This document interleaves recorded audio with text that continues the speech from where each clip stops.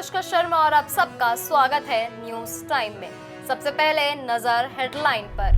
दिल्ली में कांग्रेस कमेटी की बैठक, खड़गे ने वोटर लिस्ट में बताई गड़बड़ी, अमेरिकी टैरिफ और सीईसी की नियुक्ति पर सवाल उठाए। इन्वेस्टर समिट में मुकेश अंबानी, महिंद्रा और जिंदल नहीं आएंगे, अडानी, बिड़ला, टाटा, गोदरेज की सहमति। किसान आंदोलन केंद्र से छठी वार्ता 22 को, डल्लेवाल आज प्रेस कॉन्फ्रेंस करेंगे बड़ा ऐलान। योगी ने महाकुंभ पर दिया विधानसभा में जवाब, बोले भगदड़ में 30 और बाकी जगह 7 श्रद्धालु मारे गए। संगम में फिकल बैटरियां, रिपोर्ट पर योगी ने दिया जवाब, बोले नालों के पानी शुद्ध करके ही गंगा में छोड़ रहे। यूपी हरियाणा भूमि विवाद में हाईकोर्ट ने एसजीआई को दिए निर्देश, कहा यमुना के बदलते स्वरूप की जांच करें। हिमाचल में बर्फबारी, शिमला में तापमान 23 राज्यों में अलर्ट जारी।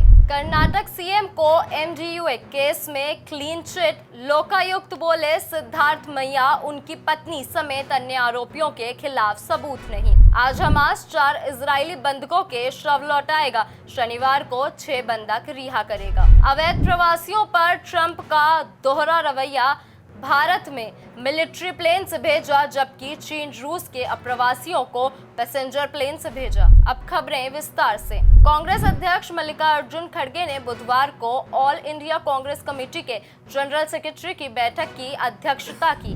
खड़गे ने कहा कि कांग्रेस की विचारधारा मानने वाले ऐसे लोगों को आगे बढ़ाना चाहिए जो विपरीत हालातों में भी चट्टान की तरह पार्टी के साथ खड़े रहते हैं। बैठक में पार्टी को मजबूत करने, चुनाव के दौरान वोटर लिस्ट में गड़बड़ी, पीएम मोदी की अमेरिका दौरे और टैरिफ सीईसी की नियुक्ति पर चर्चा की गई। इसमें राहुल गांधी और प्रियंका गांधी वाड्रा समेत कांग्रेस के कई नेता शामिल हुए। खड़गे ने कहा अमेरिका हम पर जबरदस्ती घाटे का सौदा थोप रहे हैं, जिसे हमारी सरकार चुपचाप मान ले रही है। ये साफ साफ हिंदुस्तान और हिंदुस्तान के लोगों का अपमान है। मध्य प्रदेश की राजधानी भोपाल में 24 से 25 फरवरी को होने वाली ग्लोबल इन्वेस्टर्स समिट में आने वाले उद्योग समूहों की लिस्ट को अंतिम रूप दिया जा रहा है। अडानी इंडस्ट्री के चेयरमैन गौतम अडानी, बिड़ला ग्रुप के कुमार मंगलम बिड़ला, गोदरेज समूह के नादिर गोदरेज, जेके सीमेंट के राघवपत सिंघानिया, फोर्स मोटर्स के अभय फिरोदिया के आने की सहमति मिल चुकी है।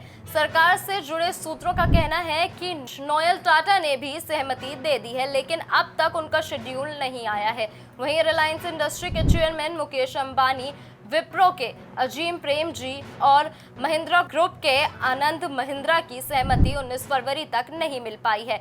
इन्वेस्टर समिट के 3 दिन पहले तक सहमति नहीं मिलने से इनके आने पर संशय है। केंद्र और किसानों के बीच छठे दौर की बैठक 22 फरवरी को शाम 6 बजे चंडीगढ़ में होगी। बैठक को लेकर केंद्र सरकार की ओर से आधिकारिक पत्र जारी कर दिया गया है। उधर खनौरी बॉर्डर पर किसान नेता जगजीत डल्लेवाल का अनशन 27वें दिन में प्रवेश कर गया है। आंदोलन में जान गंवाने वाले किसान शुभकरण सिंह की पहली पुण्यतिथि 21 तारीख को किसानों द्वारा मनाई जा रही है। इस दौरान शुभकरण के गांव बल्लो और तीनों बॉर्डर पर श्रद्धांजलि कार्यक्रम आयोजित किए जाएंगे।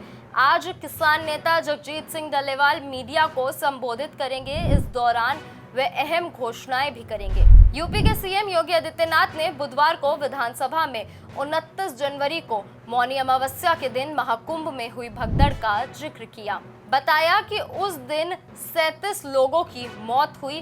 कहा संगम तट पर बैरिकेड टूटने से भगदड़ हुई। चपेट में 66 श्रद्धालु आए थे, जिनमें से 30 की मौत हुई थी। उस दिन प्रयागराज के अंदर अलग अलग जगहों पर कुछ प्रेशर पॉइंट बने हुए थे, वहां भी 7 लोगों की मौत हुई थी। इन सभी घटनाओं को भगदड़ से नहीं जोड़ना चाहिए। 36 मृतकों में से 35 के परिजन शवों को अपने साथ घर ले गए हैं। एक की शिनाख्त नहीं हो सकी, उसका अंतिम संस्कार करा दिया गया है। डीएनए सुरक्षित रखा गया है। एक घायल का इलाज भी मेडिकल कॉलेज में चल रहा है। संगम में फैकल बैटरियां, रिपोर्ट पर मुख्यमंत्री योगी आदित्यनाथ ने यूपी विधानसभा में कहा त्रिवेणी के पानी की गुणवत्ता पर सवाल उठ रहे हैं।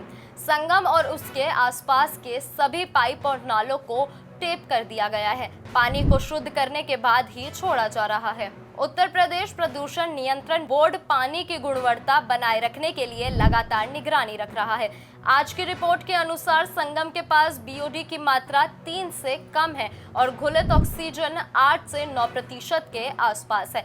इसका मतलब है कि संगम का पानी न केवल नहाने के लिए बल्कि आम पाचन के लिए भी उपयुक्त है।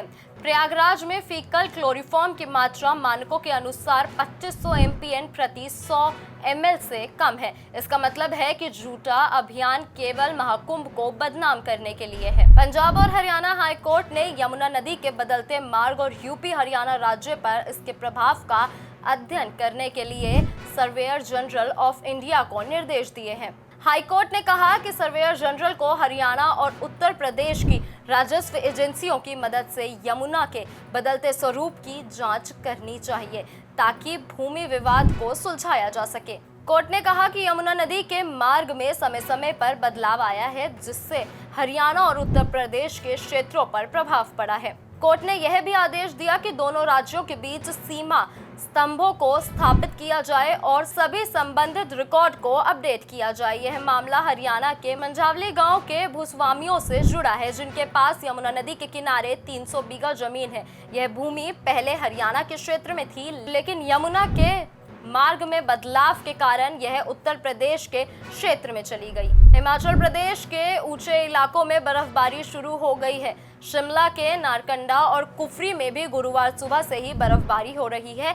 शिमला में न्यूनतम तापमान 3 डिग्री और अधिकतम 11 डिग्री दर्ज किया गया है।